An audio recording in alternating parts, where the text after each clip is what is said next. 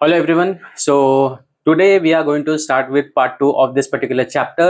मैंने आपको बोला था जब भी मैंने स्टार्ट किया था सिमिलैरिटी, वो चैप्टर दो पार्ट्स में डिवाइडेड है।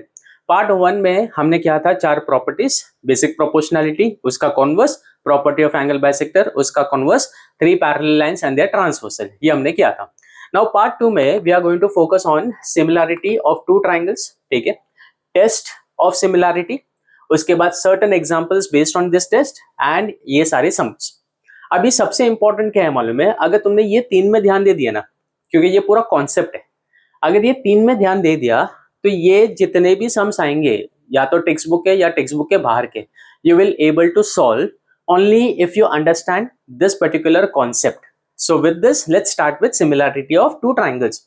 अभी देखो, सिमिलैरिटी अगर आपको समझना है तो सबसे पहले आपको समझना पड़ेगा what are congruent figures.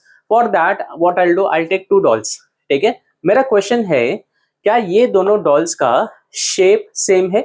Yes. क्या ये दोनों डॉल्स का साइज भी सेम है? यस। तो figures which have same shape and same size are said to be as congruent figures. एक और एग्जांपल लेते हैं, सबसे easy. Now look at this two coin. अगर मैं ये कॉइन इसके अंदर फिट करूं तो क्या एग्जैक्टली फिट होगा? Obviously yes. ऐसा क्यों? बिकॉज दोनों कॉइन का शेप क्या है? सेम है। दोनों कॉइन्स का साइज भी क्या है? सेम है, ठीक है। Last and final example, look at your palm.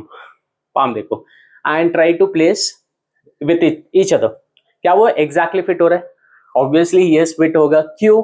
Because they have same shape and they have same size, ठीक है। ये समझ में आ गया कॉन्ग्रुएंट फिगर्स क्या होते हैं? Same shape same size. अच्छा, अभी कॉन्ग्रुएंट फिगर समझ में आ गया तो आपको सिमिलर फिगर्स क्या होता है समझेगा। For that I take a doll, ठीक है। व्हाट आई डू, इसका टकला ही उड़ा देता हूँ ना, इसको यहाँ पे लेके आया, ये वाले डॉल को, ये यहाँ पे आया, ये आ जाएगा यहाँ पे एंड ये आ गया यहाँ पे। अब मेरा क्वेश्चन ध्यान से सुनना, ये तीनों डॉल्स देखो, मेरा क्वेश्चन है क्या तीनों का शेप सेम है? यस। क्या तीनों का साइज सेम है? नहीं। तो यहां पे हमें क्या पता चलता है? Figures having same shape but not necessarily same size, ठीक है। ऐसे फिगर्स को हम क्या बोलते हैं? सिमिलर। एक और एग्जांपल लेते हैं, समझ में आ जाएगा। यहां पे मैं फोटोग्राफ लेता हूं, ठीक है। अभी यहां पे सारे फोटोग्राफ में सेम पर्सन है, तो कहने से सबका शेप सेम होगा? यस। लेकिन क्या सारे फोटोग्राफ की साइज सेम है? नहीं। तो ऐसे फिगर्स को हम क्या बोलते हैं? Similar figures. चलो एक last example. Now we know this is earth is such a huge object. अभी इसका रेप्लिका क्या होता है? रेप्लिका मतलब उसका सेम टू सेम क्या होता है? Yes, globe. अब मेरा क्वेश्चन है, क्या दोनों का शेप सेम है? यस। लेकिन क्या दोनों का साइज सेम है?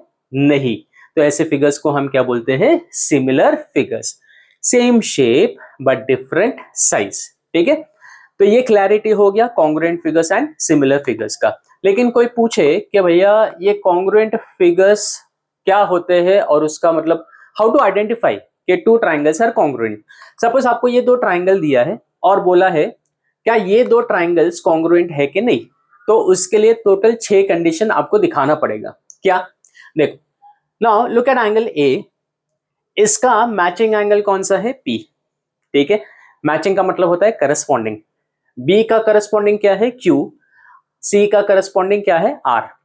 And if I talk about sides, look at A B. इसका मैचिंग साइड वो ट्राइंगल में कौन सा है? P Q.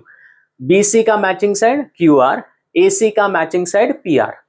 henceforth I am not going to say matching, हम बोलेंगे करस्पॉन्डिंग, तो समझ जाना। Now why am I saying कि एंगल ए पी से करस्पॉन्ड करता है? For that understand, if I try to place this triangle into this, exactly fit हुआ। इसका मतलब क्या है? एंगल ए का जो भी मेजर रहेगा एंगल पी का मेजर वही रहेगा, ठीक है। एंगल बी का जो भी मेजर रहेगा एंगल क्यू का मेजर वही रहेगा। एंगल सी का जो भी मेजर रहेगा एंगल आर का वही मेजर रहेगा, उसके लिए तो फिट हुआ। दूसरा, तो यहाँ पे पहले मैं लिख देता हूं, अगर एंगल ए एंगल पी से इक्वल है, एंगल बी एंगल क्यू से इक्वल है, एंगल सी और एंगल आर से इक्वल है, ये दूसरा। आपने देखा कि स्टार्टिंग में देखा, देखो आई शो यू 1 मिनट। मैं ये ट्राई करता हूं, देखो पी क्यू किस पे जाके बैठ गया, ए बी पे, ठीक है। तो यहाँ पे एंड पी क्यू और ए बी का लेंथ सेम रहेगा, do you agree with that, ठीक है। ए बी और पी क्यू का लेंथ सेम। मुझे बताओ बी सी किससे इक्वल होगा, यस क्यू आर से इक्वल होगा। एंड ए सी किससे इक्वल होगा, पी आर से इक्वल होगा। तो अगर ये सारे कंडीशन सेटिस्फाई होते हैं तब जाके हम क्या बोलते हैं कि दोनों ट्रायंगल्स क्या है, कॉन्ग्रुएंट, ठीक है। अब हम समझते हैं सिमिलैरिटी में क्या होना चाहिए।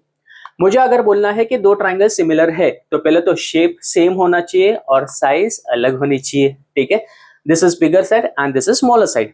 नाउ ये दो ट्रायंगल को हम सिमिलर तब बोल सकते हैं इफ अगर एंगल ए और एंगल पी का मेजर सेम होना चाहिए, दोनों एंगल्स इक्वल होने चाहिए, बी और क्यू इक्वल होने चाहिए एंड सी और आर भी क्या होने चाहिए, इक्वल होने चाहिए, ठीक है। ये पहला, तो एंगल्स इक्वल होने चाहिए। लेकिन यहां पे अगर आप ध्यान दोगे, यहां पे मैचिंग साइड इक्वल हो रहे थे, लेकिन यहां पे क्या मैचिंग साइड इक्वल होंगे, नहीं, क्योंकि मैं इसको फिट करने का ट्राई करूं ये एग्जैक्टली फिट नहीं होगा। तो यहां पे इक्वल क्या होगा, जब आप करस्पॉन्डिंग साइड का रेशियो निकालोगे। करस्पॉन्डिंग साइड मैंने आपको बोला है क्या है, ए बी का करस्पॉन्डिंग साइड है पी क्यू, बी सी का करस्पॉन्डिंग साइड है क्यू आर एंड ए सी का करस्पॉन्डिंग साइड क्या है, पी आर। जब आप उसका रेशियो निकालोगे उसका रेशियो इक्वल आएगा, ठीक है। तो यहां पे करस्पॉन्डिंग साइड्स के रेशियो इक्वल होंगे। अगर ये सारे कंडीशन फुलफिल होते हैं, क्या कंडीशन बोला मैंने, सारे एंगल्स इक्वल होने चाहिए और सारे रेशियो करस्पॉन्डिंग साइड के क्या होने चाहिए, इक्वल। जब ये कंडीशन सेटिस्फाई होती है तब जाके हम बोलेंगे कि ये दोनों ट्राइंगल क्या है, सिमिलर है। So you understood the difference between congruency and similar, ठीक है। If you have understood then you are going to understand further. Now चलो अभी थोड़ा सिमिलैरिटी के बारे में बात करते हैं हम लोग, ठीक है। तो यहाँ पे अब अगर कोई बोले आपको कि चलो दो ट्राइंगल्स क्या है, सिमिलर है, क्या बोला, दोनों ट्राइंगल सिमिलर है, ये बोल दिया उन लोग ने, तो क्या होगा। तो हमें मालूम है कि ये जो करस्पॉन्डिंग एंगल है वो इक्वल हो जाएंगे, ठीक है। इसको बोलेंगे corresponding angles of similar triangle. ये आपको एग्जाम में फुल फॉर्म में लिखना पड़ेगा, ठीक है। और उनके जो करस्पॉन्डिंग साइड का रेशियो है वो क्या हो जाएगा, इक्वल हो जाएगा। ये ऑलरेडी मैंने सिखा दिया है। देखो ट्राइंगल सिमिलर है तो ही काम करेगा, अगर ट्राइंगल सिमिलर नहीं है तो ये कुछ भी काम करेगा नहीं। तो अगर ट्राइंगल सिमिलर है सारे एंगल्स इक्वल रहेंगे और रेशियो क्या हो जाएंगे, इक्वल हो जाएंगे करस्पॉन्डिंग साइड्स के, ठीक है। तो यहां पे रीजन में क्या लिखोगे, ये करस्पॉन्डिंग साइड्स है, ठीक है। Corresponding sides of similar triangle are the ratio of corresponding sides of similar triangle are equal, ठीक है, द रेशियो। तो ध्यान दिया क्या मैंने बोला, ट्राइंगल सिमिलर अगर है तो ही ये सारा काम करेगा, फाइन। चलो नेक्स्ट देखो, लास्ट हमने किया था कि दो ट्राइंगल्स को अगर कॉन्ग्रुएंट करना है तो देयर आर 5 टेस्ट। थोड़ा फटाफट जाता हूं। सबसे पहला सास, दूसरा है SSS, ASA, SAS and hypotenuse side test. लेकिन सिमिलर प्रूव करना है, सपोज देखो यहाँ पे भी बोला है how to decide whether two triangles are similar और नॉट। तो अभी वापस से टेस्ट करना पड़ेगा। अच्छी बात यह है यहाँ पे सिर्फ 3 टेस्ट है, ठीक है। पहला कौन सा है, एंगल एंगल टेस्ट, दूसरा कौन सा है, साइड साइड साइड, और तीसरा कौन सा है, SAS। ये तीनों हम लोग समझते हैं। तो first we are going to understand what is AA test. For that I will take 2 triangles. पहला ट्राइंगल ABC, दूसरा ट्राइंगल PQR, ठीक है। जब मैं बोलता हूं एंगल एंगल टेस्ट, सिर्फ 2 एंगल अपने को देखना है। पहला ट्राइंगल का नाम, अब आपको देखना है कौन सा एंगल किसके साथ कॉन्ग्रुएंट है। सो एंगल A किसके साथ कॉन्ग्रुएंट है, P के साथ, क्योंकि दोनों का मेजर क्या है, सेम है। So angle A will be congruent to angle P। फिर एंगल B किसके साथ इक्वल होगा, यस R के साथ कॉन्ग्रुएंट होगा, क्योंकि दोनों का मेजर सेम है। So angle B will be congruent to angle R। 2 angles हो गए, 2 एंगल हो गए, done. Therefore the triangles are similar. अब देखो फर्स्ट ट्राइंगल का नाम आप कुछ भी लिखो, सेकेंड ट्राइंगल का नाम कुछ भी नहीं लिख सकते हैं, 1 to 1 करस्पॉन्डेंस होना कंपलसरी है, ठीक है। अब इसको कैसे करेंगे, ध्यान से देखना। हम देखेंगे कौन सा एंगल किससे कॉन्ग्रुएंट है, अकॉर्डिंगली यहाँ पे वो नाम डाल देंगे। जैसे यहाँ पे एंगल B किससे कॉन्ग्रुएंट था, आर से, तो एंगल बी कहाँ पे है, यहाँ सेकेंड पोजिशन पे, तो यहाँ पे क्या आ जाएगा, आर आ जाएगा, 1:1 करस्पॉन्डेंस। ठीक है, तो मैं यहाँ पे दिखा देता हूँ। सो यहाँ पे सबसे पहले मैंने लिख दिया, हाँ सॉरी, बी के साथ क्या आ गया तुम्हारा, आर आ गया, बी के साथ आर, ए के साथ क्या आ जाएगा, पी, तो ए के साथ पी आ गया, बी के साथ क्या आ गया, आर आ गया। अभी कौन सा लेटर बचा है पी आर क्यू में, एंगल क्यू बच गया, तो जहां पे सी है यहाँ पे क्या आ जाएगा, Q. So this is how you have to name the angles. ठीक है, नाउ द क्वेश्चन अराइजेस, अभी देखो मैंने ट्राइंगल्स को सिमिलर कर दिया, तो उसका फायदा क्या, मैंने आपको बोला था अगर ट्राइंगल सिमिलर है, ठीक है, अगर ट्राइंगल सिमिलर है तो उसके करस्पॉन्डिंग साइड्स का रेशियो इक्वल होगा। इसका मतलब क्या, ट्राइंगल सिमिलर हो चुका है, मैंने फर्स्ट सेकंड लिया, ए बी लिया, तो यहां से क्या लेना पड़ेगा, पी आर। ठीक है, if I take A B first and second, यहां से क्या लिया, पी आर, उनका रेशियो लेना है। So A B upon P R. अभी मैंने लिया B C suppose, second and third, तो यहां से क्या लेना है, सेकेंड एंड थर्ड, तो उनका रेशियो क्या होगा, इक्वल हो जाएगा। So that will be equal to B C upon Q R. देखो, और हम अब क्या लेंगे, फर्स्ट एंड थर्ड यहां से लेंगे, तो यहां से फर्स्ट थर्ड लिया, तो यहां से भी क्या लेना है, फर्स्ट थर्ड, तो इनका रेशियो क्या हो जाएगा, इक्वल हो जाएगा। फुल फॉर्म में आपको एग्जाम में लिखना है। ठीक है, ये फायदा है ट्राइंगल सिमिलर करने का। ठीक है, चलो the first test is done. Next SSS में थोड़ा फास्ट जाता हूं, क्योंकि यहाँ पे हम लोग को क्या करना है, साइड्स के रेशियो को इक्वल करके दिखाना है। सपोज मैंने ए भी लिया, तो उसके साथ क्या लेना है, पी क्यू, उसका रेशियो निकाल के देखते हैं। That is equals to, A B है 4, पी क्यू है 8, फर्दर डिविजन 1/2। वैसे ही B C and Q R ले लेते हैं 1/2, एंड वैसे ही ए सी और क्या लेंगे, पी आर ले लेंगे। ठीक है, 1/2। ये समझ में आ गया। अभी देखो, दोनों ट्राइंगल्स में अगर देखोगे, दोनों ट्राइंगल्स में सारे राइट हैंड साइड इक्वल है। We know that if right hand sides are equal, the left hand sides are also equal. तो करना क्या है, ट्राइंगल के नाम लिए, हमने लिखना है A B upon P Q, किससे इक्वल हो गया, सेकंड रेशियो से, एंड सेकंड रेशियो किससे इक्वल हो गया, थर्ड रेशियो से। ठीक है, corresponding sides of similar triangle. ठीक है, देखो triangles are similar by SSS test, ये हो गया। अब देखो ट्राइंगल सिमिलर करने का फायदा क्या हो गया, वापस से उसके जो करस्पॉन्डिंग एंगल है वो कॉन्ग्रुएंट हो जाएंगे। ए किससे कॉन्ग्रुएंट होगा, पी से, बी क्यू से, एंड सी आर से। इसका फुल फॉर्म आएगा corresponding angle of similar triangle cast. समझ में आ गया सेकंड टेस्ट, ये काफी इजी था। Last test S A S, यहाँ पे पहले दो साइड पे फोकस करेंगे, उसके बाद हम ये एंगल पे फोकस करेंगे। अब ये एंगल जो है उसको हम बोलते हैं इंक्लूडेड एंगल। इंक्लूडेड क्यों बोलते हैं, उसका भी रीजन है। I have taken 2 triangles over here. ठीक है, अभी देखो, ये दो साइड में ये एंगल फंस चुका है, ये दो साइड में ये एंगल फंस चुका है। ठीक है, फंसा हुआ एंगल, उसके लिए क्या बोलते हैं, इंक्लूडेड एंगल। मैंने क्या बोला, सबसे पहले हम लोग साइड्स पे फोकस करेंगे, दो साइड पे हो, उसका रेशियो निकाल के देंगे। ठीक है, तो सबसे पहले लिया ए बी, उसके साथ पी क्यू, ए बी का जो भी वैल्यू है 1/2। ठीक है, उसके बाद कौन सा लेंगे, जो साइड का वैल्यू दिया है वो साइड हम लोग लेंगे। तो B C upon Q R 6/12, 1/2, reason number 2। दोनों ट्राइंगल्स का नाम लिखा, A B upon P Q is equals to B C upon Q R. कहां से पता चला, फ्रॉम 1 and 2। ठीक है, दो साइड का रेशियो इक्वल हो गया, बचा क्या, एंगल। एंगल का मेजर देखो, एंगल बी कितना है, 40, वैसे ही एंगल क्यू कितना है, 40। तो हम बोलेंगे B is congruent to Q, because वो दिया गया है। साइड एंगल साइड हो चुका है, therefore triangles are similar by SAS test. ये समझ में आ गया। ट्राइंगल सिमिलर करने का फायदा क्या, करस्पॉन्डिंग एंगल क्या हो जाएंगे, कॉन्ग्रुएंट। तो एंगल ए किससे कॉन्ग्रुएंट होगा, एंगल पी से। एंगल सी किससे कॉन्ग्रुएंट हो जाएगा, एंगल आर से। ठीक है, और इसका रीजन क्या रहेगा, कास्ट।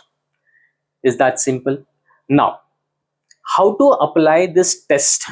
ठीक है, अब हम देखेंगे सम्स में कैसे अप्लाई करते हैं इसको, और ट्राइंगल का नाम कैसे देते हैं। So will start with 1.3 sum number first. यहां पे पहले क्वेश्चन आराम से रीड करते हैं। एंगल ए बी सी का मेजर कितना है, 75, ईडीसी का मेजर दिया है 75।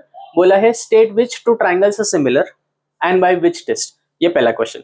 दूसरा, also write the similarity of two triangles by proper 1-to-1 correspondence का मतलब क्या होता है, ट्राइंगल्स का नाम 1-to-1 करस्पॉन्डेंस में लिखो। अब सबसे पहले तो डायग्राम को देख के आइडेंटिफाई करो दो ट्राइंगल कौन से हमें लेने हैं, क्योंकि यहाँ पे बोला है विच टू ट्राइंगल्स, तो दो ट्राइंगल आइडेंटिफाई करेंगे। एक तो एंगल बी से, एंगल बी बड़ा वाला ट्राइंगल का पार्ट है तो एंगल बी ले लिया, एंड एंगल डी छोटा वाला ट्राइंगल का पार्ट है। अब यहाँ पे देखो कोई भी सम आता है ना, हमेशा हम लोग जाएंगे एंगल एंगल टेस्ट के लिए सबसे पहला। अगर वो नहीं होता then will see regarding the second part. और उसके पहले एक चीज मैं बोलना भूल गया था, यहाँ पे थोड़ा शॉर्टकट हम ध्यान से सुनना, 2 मिनट।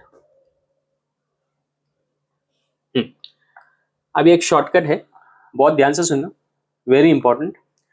जैसे मैंने बोला मैक्सिमम सम्स में, ठीक है, मैक्सिमम सम्स में हम लोग कौन सा टेस्ट के लिए जाएंगे, एंगल टेस्ट।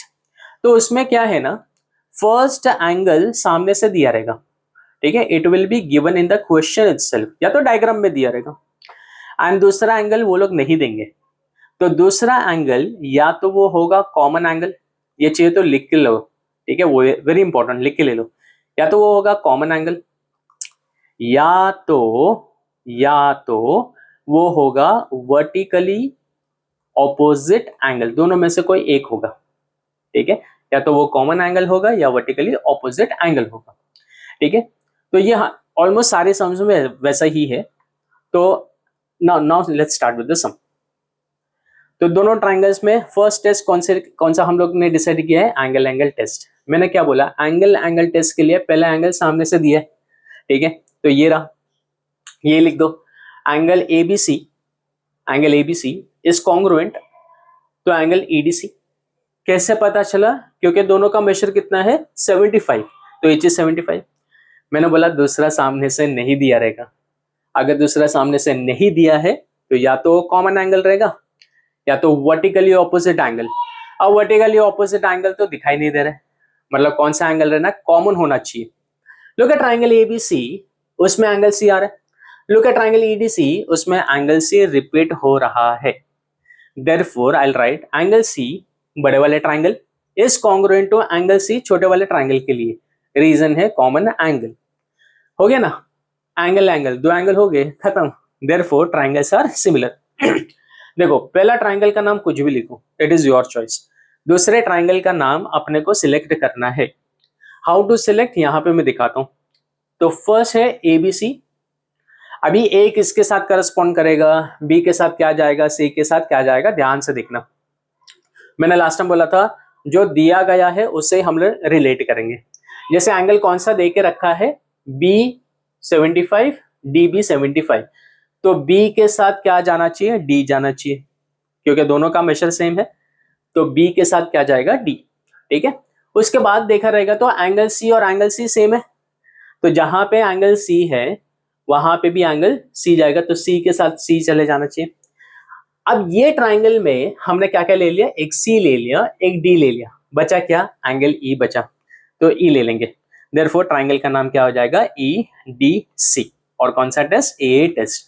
2 मार्क के लिए ये सम सबसे इजी सम आ सकता है, ठीक है, वेरी इजी सम।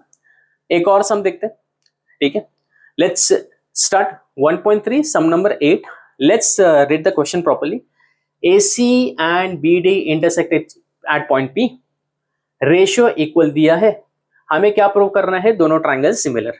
मैंने आपको अभी अभी समझाया, ठीक है, दो ट्राइंगल्स को सिमिलर करना है। सबसे पहला टेस्ट दिमाग में कौन सा आना चाहिए, एंगल एंगल टेस्ट, ए टेस्ट। मैंने आपको क्या बोला, एक एंगल का मेजर सामने से दिया होगा। अब देखो डायग्राम या तो क्वेश्चन, कोई भी एंगल का मेजर दिया है क्या, नहीं, तो यहाँ पे हम एंगल एंगल टेस्ट यूज नहीं कर सकते। आप बोले कि सर वर्टिकली ऑपोजिट एंगल तो है, हाँ लेकिन एक ही ए है ना, दूसरा ए तो है ही नहीं, तो यहाँ पे एंगल एंगल टेस्ट नहीं होगा। इनफैक्ट अगर ध्यान से देखोगे दोनों ट्राइंगल के लिए साइड और साइड, दो साइड का रेशियो दिया है, ठीक है, तो डायरेक्टली वही लेंगे। सो ये दो ट्राइंगल का नाम लिखा यहाँ पे, ठीक है, ट्राइंगल का नाम AP upon CP is equals to BP upon DP, ये दिया गया है। तो क्या हो गया, दो साइड हो गया, अभी क्या बाकी रह गया, यस एंगल। और एंगल तो मैंने बोल दिया आपको, vertically opposite angle. So angle A P B वो किससे कॉन्ग्रुएंट होगा, ये वाला एंगल से, ठीक है, that is C P D. और इसका रीजन क्या है, वर्टिकली ऑपोजिट एंगल्स। ये हो गया साइड, ये हो गया एंगल, और ये क्या हो गया, साइड। तो ट्राइंगल्स आर कॉन्ग्रुएंट। अभी देखो ट्राइंगल का नाम यहाँ पे तो दिया है, तो वही ले लो। Therefore triangle ABP is congruent to triangle, sorry similar to triangle CDP. ये कौन सा टेस्ट यूज किया, side angle side test for similarity, ठीक है, for 2 marks. I told you it's very easy. तो ये तो हमको समझ में आ गया। अभी फिर से एक कॉन्सेप्ट और उसके बेसिस पे सम, ठीक है ना। लेट्स से ये दो ट्राइंगल्स दिए और यहाँ पे पूछा है are this two triangles similar, yes और नो। आप बोलेगा हाँ सर कितना इजी है, यहाँ पे साइड्स दिया है तो एस एस एस टेस्ट से हम लोग प्रूव कर सकते हैं, ठीक है, प्रूव कर सकते हैं, यस। लेकिन यहाँ पे रेशियो में क्या लेंगे, ठीक है, जैसे एन एग्जांपल, अगर मैं यहाँ पे ए बी लेता हूँ, ए बी, तो उसके साथ क्या लेना चाहिए। अब कोई बोलेगा सर क्यू आर ले लो, कोई बोलेगा सर पी क्यू ले लो, कोई बोलेगा सर नहीं पी आर ले लो। अब हमें कैसे पता चलेगा। अभी ये सिचुएशन में अगर ऐसा आता है, ध्यान से सुनना, ठीक है, इसके लिए शॉर्टकट बोलता हूँ। सबसे पहले तो ये ट्राइंगल में देखना है स्मॉलेस्ट साइड, मतलब तीनों में से सबसे छोटा साइड कौन सा है, 24, ठीक है।